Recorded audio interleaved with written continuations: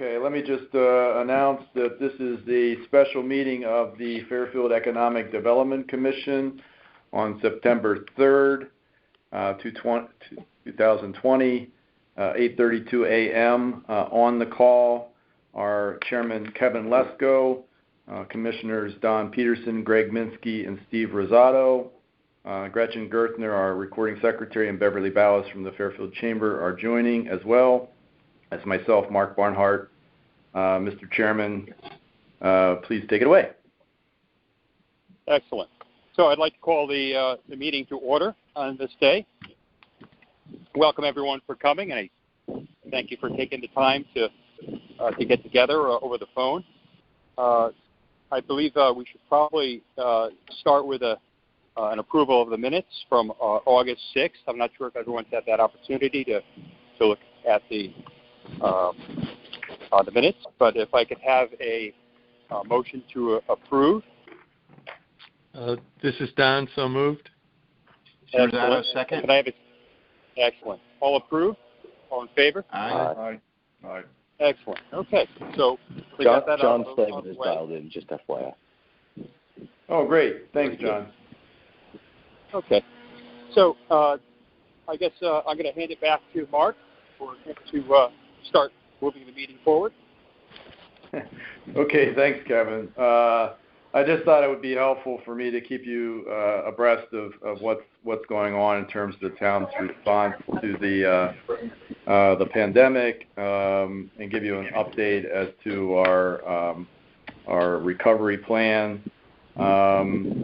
The planning committee meets fairly regularly, about once a week, to review current statistics and review the calendar of events and other things that might be coming up in terms of beaches and school reopenings and the like.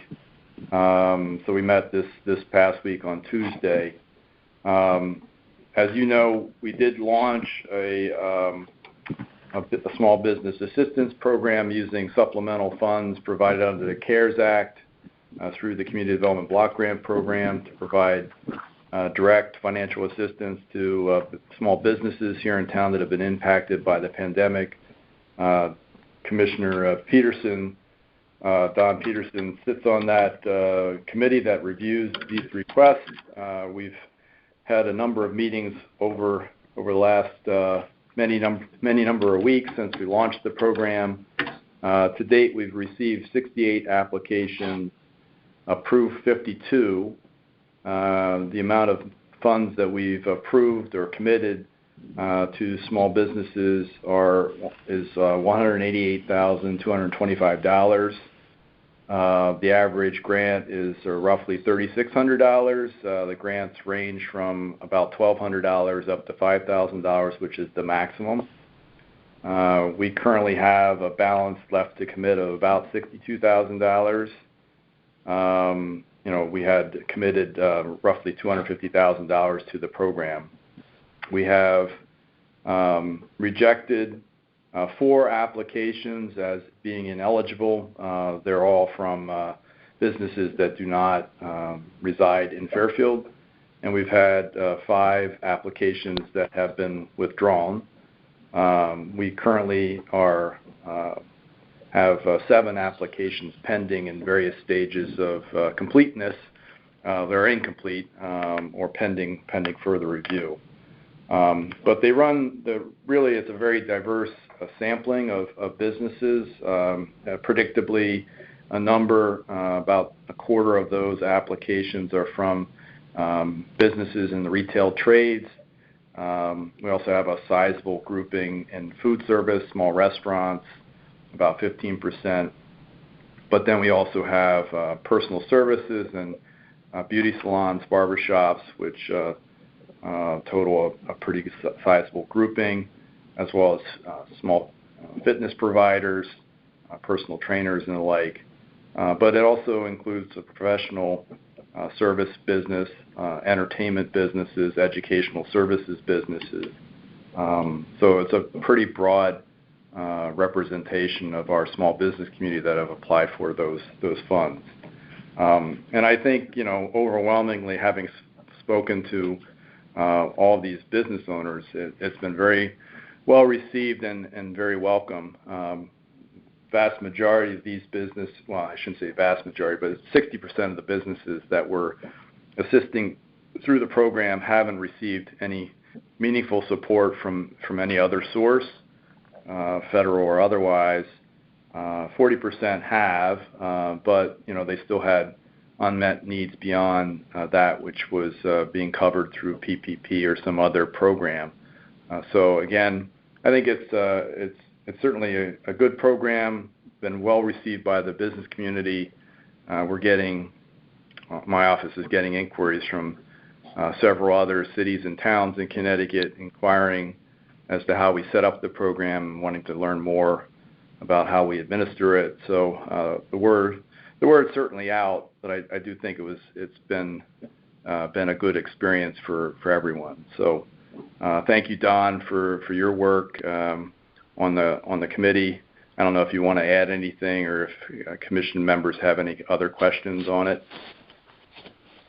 No, I think you've covered the landscape pretty well. Yeah, that's phenomenal. Yeah, so we'll continue to accept applications until the funds are exhausted. So we'll keep. So if you know of any businesses that are struggling out there, it is only open to micro enterprises located in Fairfield.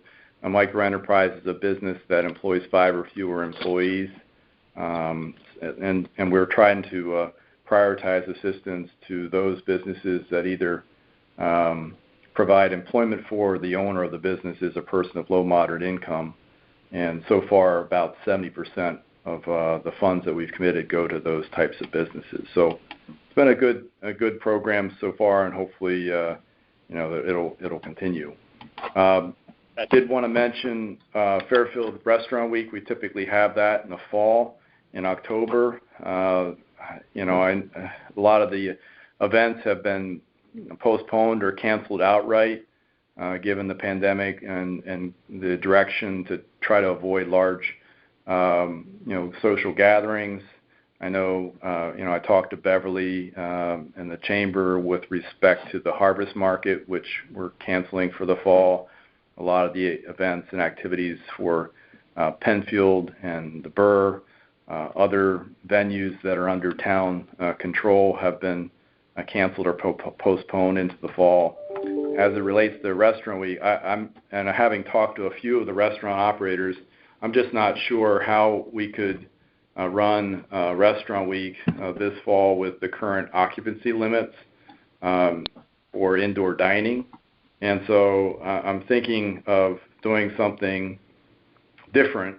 I'll put out a survey to the restaurants to inquire further, but my thought is maybe to incentivize folks to either dine in or take out and provide, some kind of prize for, some kind of raffle for those that either post or share a receipt from a recent visit during the time period. Just some way to encourage people to frequent our restaurants, but do so in accordance with the current guidelines and to support them as best they can. So that was my thought, rather than doing a Restaurant Week where we charge restaurants a couple $100 to participate and try to cram as many people in. They're usually slammed during that time anyway with 100% occupancy.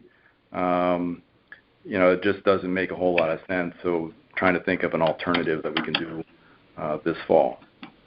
Mark, any thoughts on that? Yeah, we talked last month about how maybe even a European model of having retailers stay open later. Maybe this is the opportunity to brand it as a European retail week during a particular week where not necessarily focusing on the restaurants, but having the restaurants tie in where if they go to a restaurant, they'll get some type of incentive to go to these retailers during that particular week later at night, and they'll be open that particular week later at night. Maybe it's a great opportunity to get them to realize that they might have to change their model with how they run their businesses or the times that they're staying open. Yeah, that's a good idea. I'll certainly follow up with the merchants to see. A lot of it is just changing. As you said, we have to think of different ways in which we could change the circumstances we find ourselves in. This might be a good opportunity to do that. So. Mark, this is Beverly. I like the idea of highlighting takeout and curbside, and we could also fold in purchase of restaurant gift cards. Right. But also, October is still and can still be very nice, and maybe we can just wrap around something about outdoor dining only or something like that.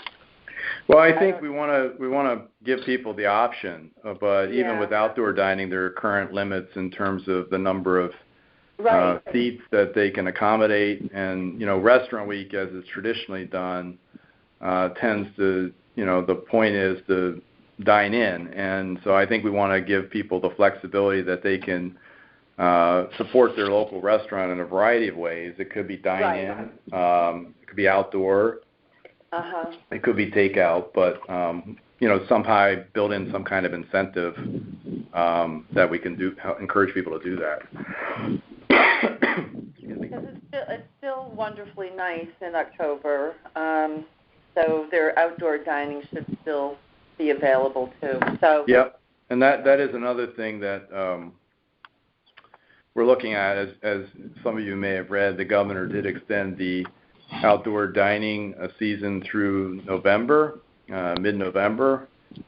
Typically, that our seasonal dining ends a lot earlier than that, but we'll certainly honor and accommodate restaurants that want to stay open through for an expanded season through mid-November. But the issue that we're looking at right now is how to do that with heating implements and do that, if you have a tent canopy. So there are fire and building codes that obviously mostly fire codes that have to be honored. You can't have a flammable ignition source underneath the tent. So there are other ways to do this, but we're starting to get inquiries from restaurants that would like to do that, to stay, keep outdoor dining, but they obviously need to have a heat source when it gets a little chilly at night. So. Yeah, well, you're right. I didn't think about tents because Cacio Pazzi has two nice big heaters outside right now that they're using in front of the jewelry store. Yeah, open air is not a problem. It's when they're underneath. You're right. That's open air, but you're right. Under tents, it's a different situation. Right. Any other comments on the COVID situation? Is it possible to use part of that those care funds to help restaurants with their heating issue?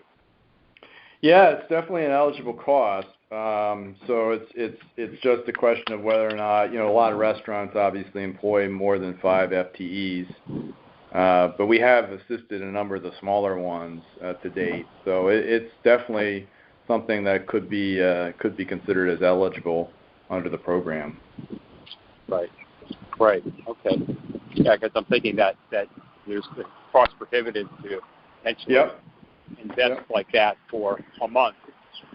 Right. Well, even the tents. Trading money.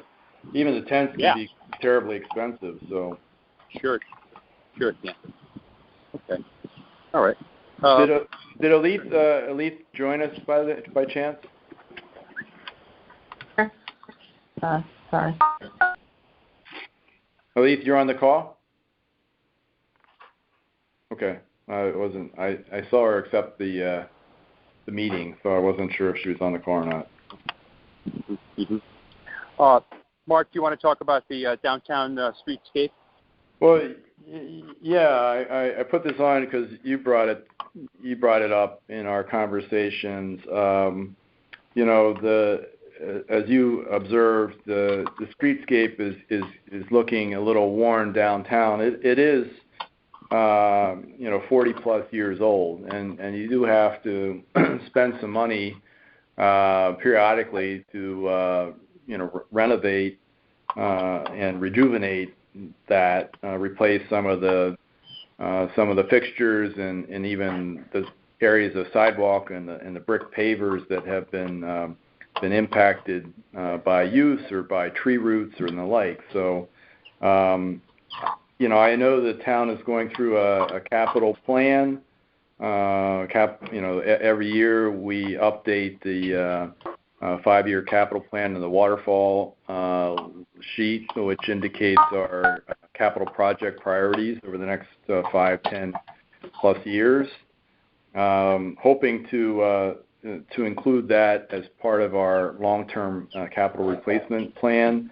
In the meantime, I did want to note that the state was accepting applications for assistance under the Small Town Economic Assistance Program, the STEEP program. It was capped at, I think, $125,000 per application, one per community. And in this case, Bill Hurley, the engineering manager, and myself put together an application with the First Selectwoman's support for sidewalk replacement, streetscape enhancement in the downtown area.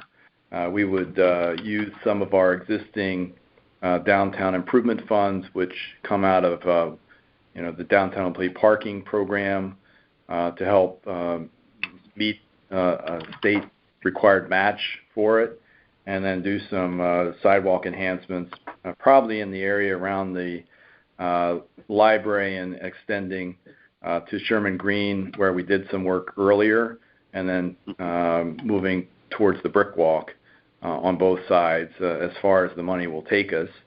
There is an opportunity. Beverly and I have talked about the chamber maybe selling bricks as a fundraiser and as a way in which the community can support both the business community and call attention to their favorite business establishments, or remember a person, a loved one or some sort. So we have talked about some kind of brick program, buy a brick program like we've done on Donnelly Walk.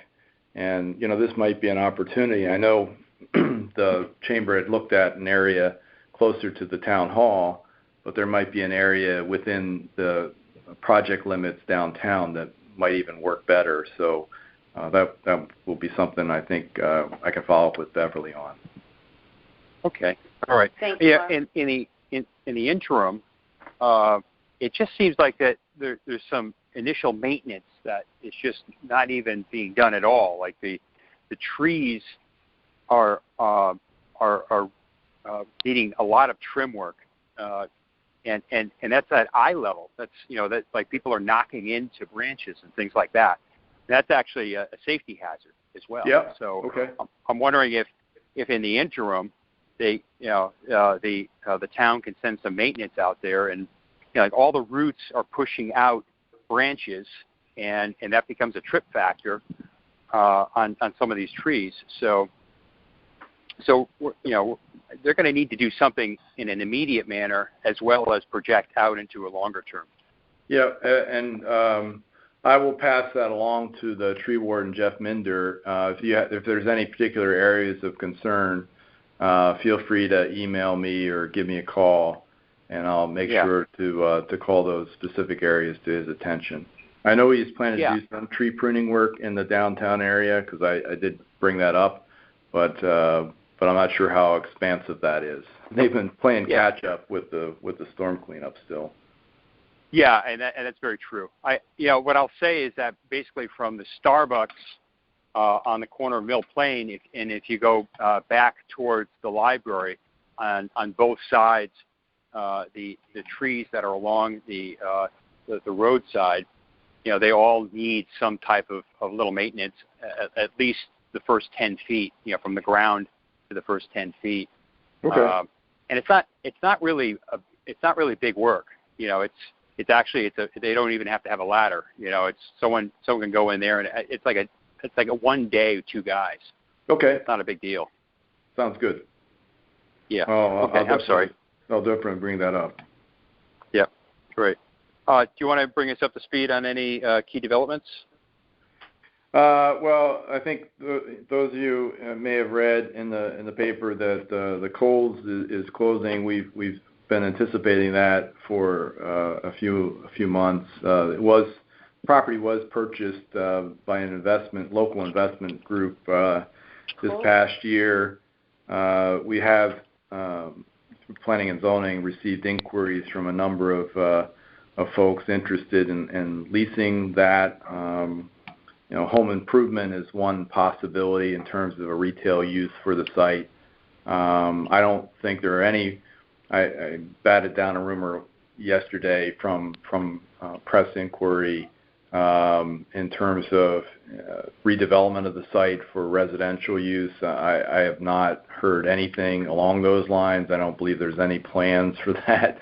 Or any. Yeah, Mark, this is Greg. That's the banter. I heard that come through social media. But there are other. I mean, I can understand how these things kind of take root given what we've seen in the marketplace elsewhere. But there are no plans, no indication that is under any type of consideration for that site. So it's really looking at a retail type use, maybe multiple tenants there instead of a single occupant use.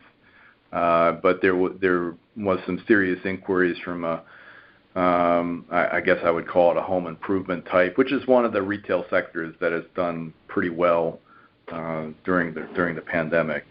Other department store chains like Kohl's have not fared as well. And most of the retail closures we've seen have been the corporate chains, national chains that have been pulling back or not paying rent. Obviously some are in various stages of financial distress and bankruptcy, as was the case with Pier 1, and Loft will be probably the next one that we anticipate going downtown because of, again, the parent company and their financial issues. They've had problems in the past. So it's definitely a changing retail environment for sure.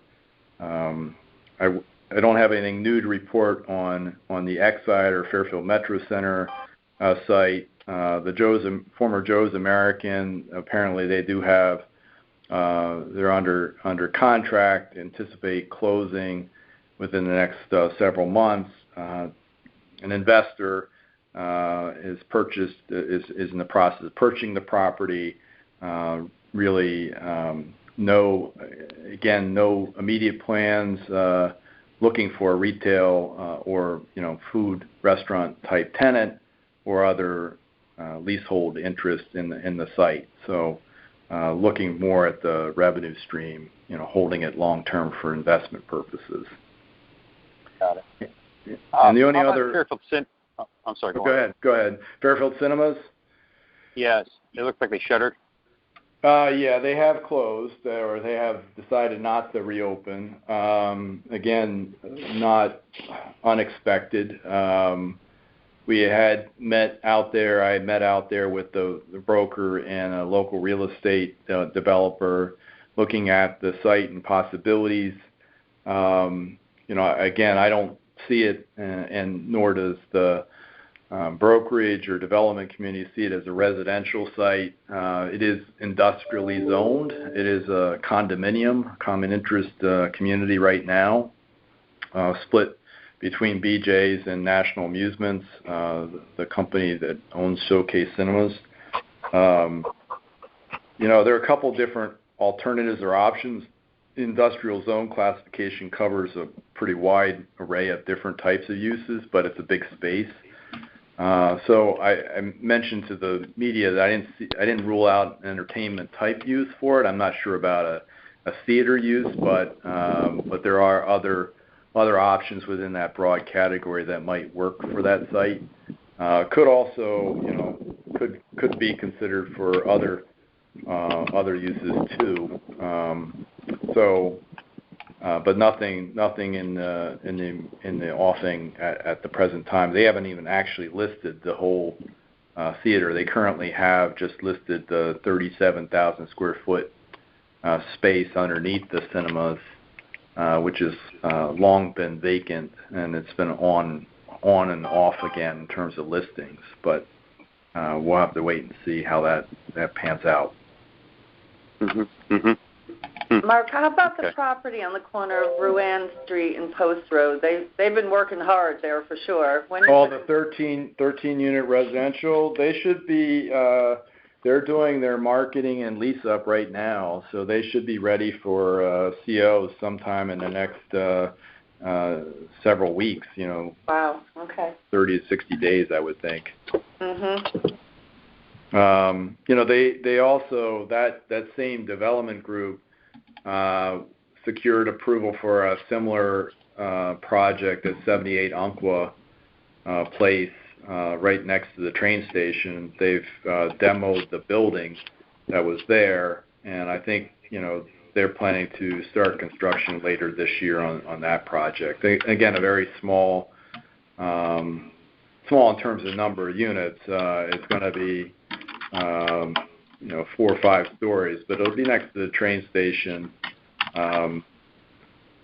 So again, another type of residential development, transit-oriented.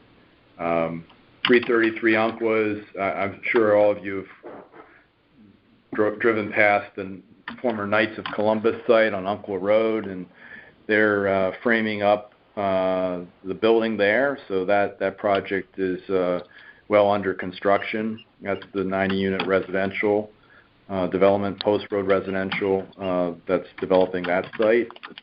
And for those of you on the other end of town, Commerce Drive, Alta Fairfield Trademark 2 is shaping up as well. They should be completing that project later this year, looking for a late fall occupancy as well. So, and I did see in the midst of reviewing building permits that Sally's Pizza finally did take they are demoing that space in the Barbacoa space in Trademark 1. So great. Yeah, they're moving ahead with their plans, which is good news. So that's great. Yeah, that's great. And the community theater, Bill sent out an email, so it sounds like it's moving ahead, right?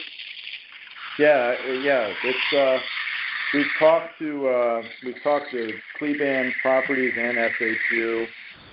Looks like things are moving ahead. Hopefully, I think the first black woman is meeting with Dr. Patillo either later this week or next to take a look at the site. But they're hoping to complete their work by later this year as well, before the holidays. Yeah, that's great.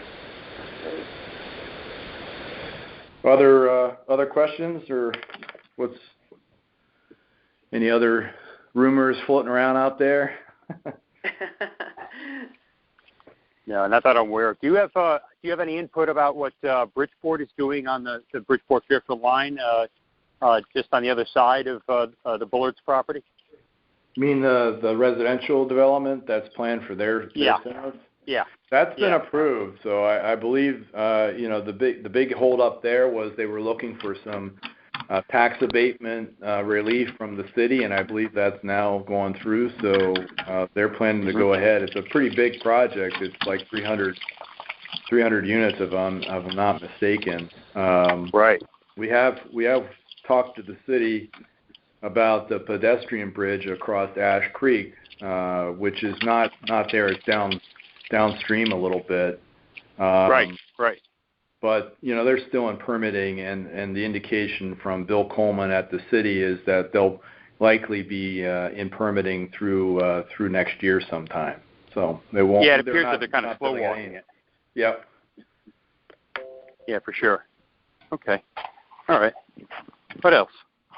Well, I did want to make mention that we did have a virtual, such as it is these days, a virtual public informational session on the Post Road Circle Safety Study.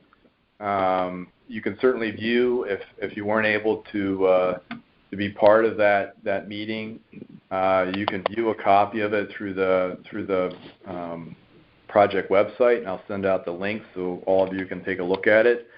They're at the point now where they've completed their analysis, and this is the project team headed by FHI, Fitzgerald Halliday, and Ty and Bond. They're now making some recommendations on some concept plans, various alternatives, and seeking public input on those options. And these are not fully engineered by any stretch, but they're just some basic concepts. They've done some preliminary work to ensure that they're feasible. But then, from the 6 concepts they presented, 3 of which are fairly, minor incremental type adjustments to the current layout, and 3 are more radical, radical or more, aggressive to try to reshape that area. And a lot of people really thought that it would be best to actually, take a more aggressive posture and look to the future. So I think from what I gathered from the public input, we would probably have select for further study one of the more aggressive, more expanded redevelopment options, and then one of the more incremental approaches as kind of an interim step. But for those of you who weren't able to take part, want to get some further information, I'll send out the link, and then feel free to shoot me a note with any comments or feedback. But the public was very supportive of taking a more expanded look at reshaping that area and looking toward the future, and addressing the needs for the community, and not so much the cut-through traffic that's trying to get around bottlenecks on I-95, which is a major issue for that circle. A couple hours during the morning and afternoon during the course of the day, more so the morning. So the point was, do you design something for the town, the community that it serves the majority of the time, or do you try to accommodate the 1 hour peak traffic where people are just using it as a cut through because they don't like to sit on I-95? And I think the overwhelming feeling was we should be looking at what works best for the people who live here, as opposed to people who just want to shave a few minutes off their commute during the morning rush. So that's kind of the take I took on it. I did meet with the first select woman and her office later just to share, but they'll, I think from that feedback, hone down to a couple of options and then do further study and analysis. Mark, this is Dan. I suffered through that presentation, and I had a very hard time trying to follow the arrows and figure out what was really going on. If somehow they could put little car icons as part of the drawing, and some of those presentations, they actually have the icons moving through the traffic pattern. I just got very confused as to what the difference was between those 6 different options. And I mean, clearly they were trying to sell the rotary option, I think. But yeah, and that was my impression too. I was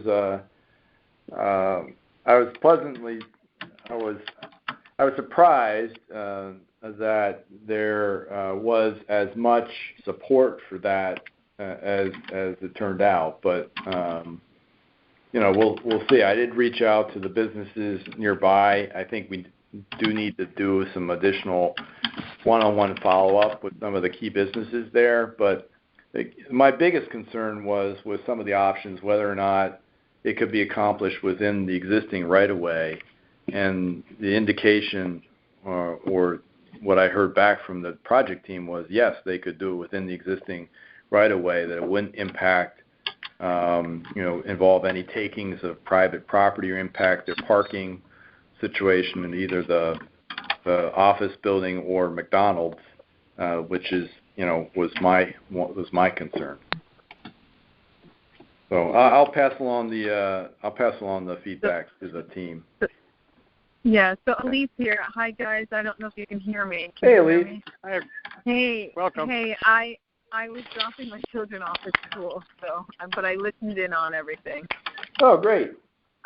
Yeah, so I just wanted to add a little bit to that meeting because I wasn't able to attend, but I did listen to and watch the recording, so I get what Don was saying about all the arrows and everything. There's a lot of detailed information in there, but I also found it interesting that they were able to recap a lot of information from using the drone analysis, which made it so much more interesting. And it looks to me as if they also are working. They're looking at working at on the second phase, because they really went over a lot of recap from the last meeting in October. That we had basically the discovery section of the phase, talking about, the public feedback and a lot of that. And so they had a lot more to add to that too, though, which was wonderful. One of the things I also just wanted to quickly mention about other business, I've been on a few calls with the Sustainability Task Force. And we've been talking about formalizing this idea of starting a food co-op. And we're looking into a lot of the preliminary stages, like the laws, Connecticut state laws, what is required and so forth. We did a soft kind of survey with the people at the farmers market. And we had a good feedback from a lot of the vendors who thought it was a great idea, that they would love to participate. So that's something that I'm also interested in personally too. And so I've been joining in on the calls with the Sustainability Task Force. Great.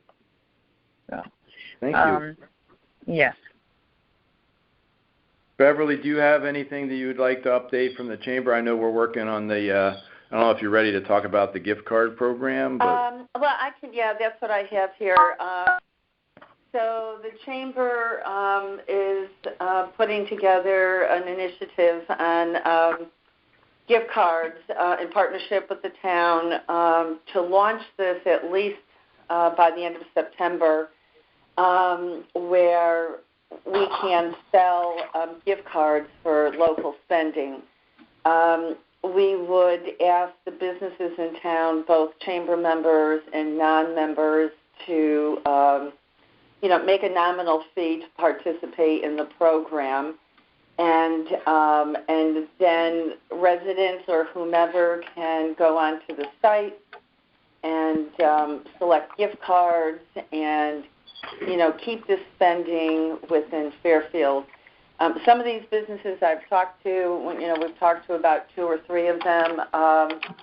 These are very, very successful right now, and what I'm excited about is, this is a great time to launch this as we start to go into the holiday season, and, keep things going and keep things moving. A lot of money can come back into the town for spending, and this particular company will track all of the data on how much money does come back into those businesses who are participating. There were some towns that saw upwards of $100,000 coming back in. Of course, they would be bigger towns than we have in Fairfield. But I think this will be a great motivator for our business community, get them excited about it, get our residents excited about it. It's great for university students. So we're excited about that. Right now we're working on some designs for logos, and I'll be showing those early next week. for his input on that, and then we hope to launch by the end of September. So we're very, very excited about that program. That's great. Yeah, and the beauty of the vendor that Beverly is looking at is that it's a closed loop, so we could really, earmark the spending to support Fairfield businesses, as opposed to, just getting a Visa gift card that could be used virtually anywhere or can be used anywhere. So this is really a great way to support the Fairfield business community with your, spending. So I think it's a wonderful program, and really am grateful that the Chamber has taken the lead on this initiative and is working to put it in place for the holiday season. Yep, we're excited. I think it'll be great for the town, and I do believe it will evolve into something year-round, all year round for many years going forward. So we'll keep everyone posted on that. Awesome.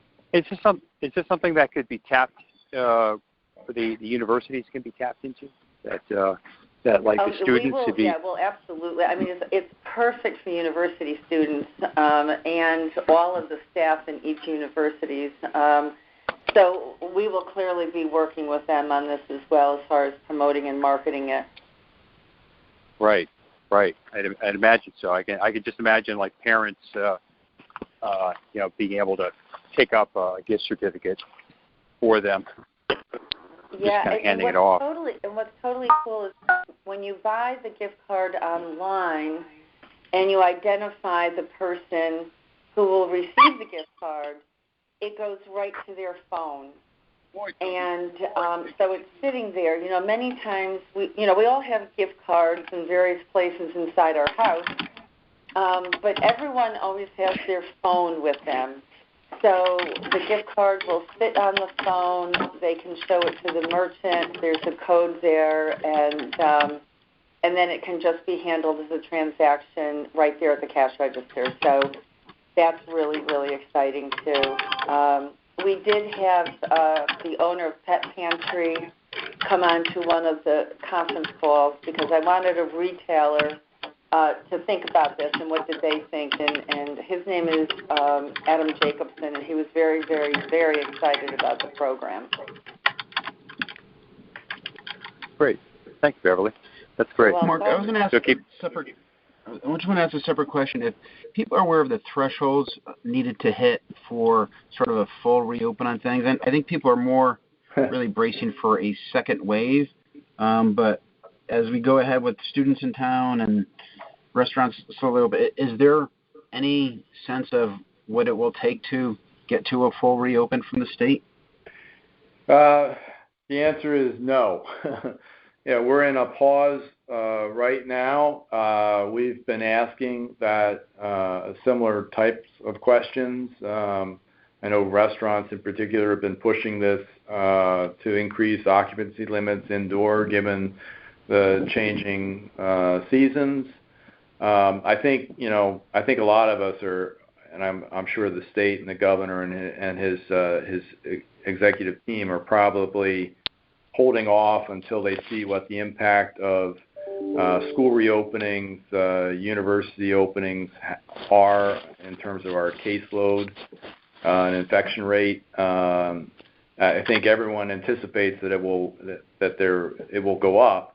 Hopefully, we've driven the numbers low enough that we can manage that without any serious ramifications in terms of further business closures or shutdowns or anything of a more drastic nature.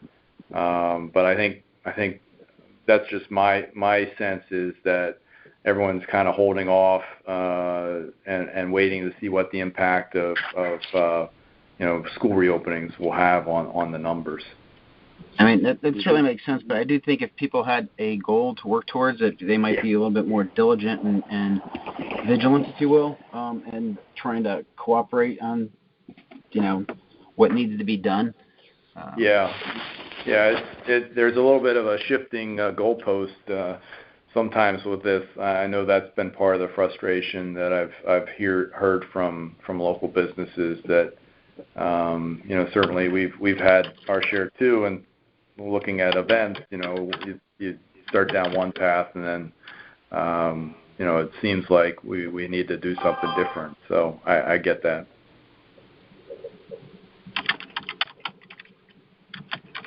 Any other questions or thoughts this morning, Mr. Chairman? Yeah, I had a conversation with someone in the building department, and I got the sense that the building department's a little frustrated with the moving forward with certain protocols right now, and certain types of investments that need to happen that aren't happening right now in order to automate, autonomize a little bit the process for construction. And I'm wondering if there is an avenue for us to maybe help convey that to people a little higher than we are, to maybe help the building department do what they need to do in order to be more proficient. I know it's on the capital plan. They're implementing. I haven't been intimately involved, but they're implementing a new software package amongst all the permitting agencies. And I'm not sure where that stands or what the holdup is, whether it's a funding issue or not. But I'll inquire further and get back to you. Because my understanding is that this the investment in the software and the hardware that's needed to really help them, about a year and a half ago or 2 years ago was more like a $40,000 investment, and now it's probably more like $120,000. Yeah, I see it's $100. Everyone wants it because everyone wants it now. Right. And so and the need is greater than ever. I think my impression is that the building department is having a real struggle right now that they probably shouldn't be, because they are part of our lifeblood, for ultimately for growing the tax base. We definitely have seen a slowdown in terms of not so much on the residential side, but on the commercial side in terms of building permit activity in the last several months. It has been the last couple of years pretty busy over the summer, and I think a lot of people, given the uncertainty, have pulled back from investments, and then on top of it, it's not as easy to navigate the permitting process. Obviously, in-person visits are being discouraged. So and if you don't have the resources in place, the software system to do it on an automated basis, it makes it that much more difficult. So, right, it's been in the works for a long time. I do see it in our list of capital priorities, and it's tagged at $100K. So But I'll check with Tom and get back to you, and if we can help, because I'm sure we'll have to go. The capital plan. There is a capital planning workshop for later this month before the Board of Finance, and that tends to be where things slow down or get held up. So. Yeah, and again, we've talked about how important it is to make the process for development as easy as possible, and it's all for naught if it gets bottlenecked there. So it seems to me that has to take a priority at this point. Okay. So that's all I had. Anyone else? Okay. So if there's nothing else to be discussed, and Mark, you're all set, I'd like to make a motion to close the meeting. Can I take the leave? I just have one question. Yes, please. Elise, you're breaking up. Yeah. Yeah, I can't hear her. All right. So I'm afraid of the inability to be able to hear her. Again, I'm going to make a motion that we adjourn the meeting. All in favor? Aye. Thank you all. Thank you. Yes. Have a great rest of your day. Well. Okay. Thanks, guys. Thanks. Okay. Well. Thank Bye you. for now, everyone. Bye. All right. Have a good week. Enjoy the holiday. Thanks. You too. You too. Bye, all.